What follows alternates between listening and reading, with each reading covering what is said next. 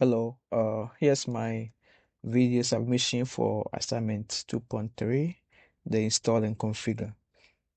So we're given these two tasks to complete, including some additional three questions. And the first task is to display the contents of data1 slash server1. To do that, I will say ls data1 slash server1. All right. Or I can include ls. So I'll have to output more information. So that is the contents of the data1 slash server1. And then the second one is to show that data1 is owned by user. To do that, I'll use the command ls-ld, then the file name data1. All right. So you can see the user here is Ubuntu. That's the owner of this particular file, which is my user.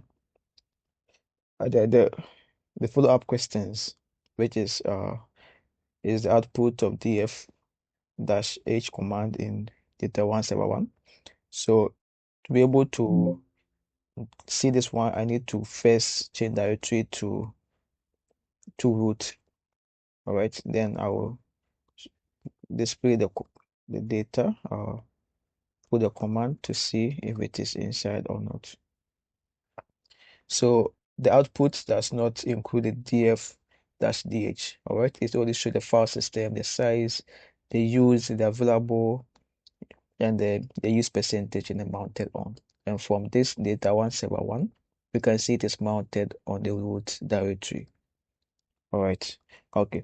So the next one question was to describe what is sudo. So what sudo gives a regular user root permissions root permission so that they in that particular moment it is be given a temporary higher permissions to do like higher things that a regular user cannot do. If you use the sudo, you are able to override, or you are granted the particular you are granted the permission to to run certain commands. Yeah. For what is stored in the etc password and the etc shadow.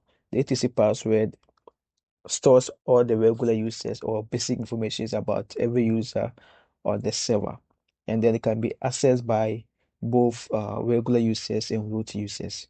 It contain like username, user ID, group IDs, and there's a home directories.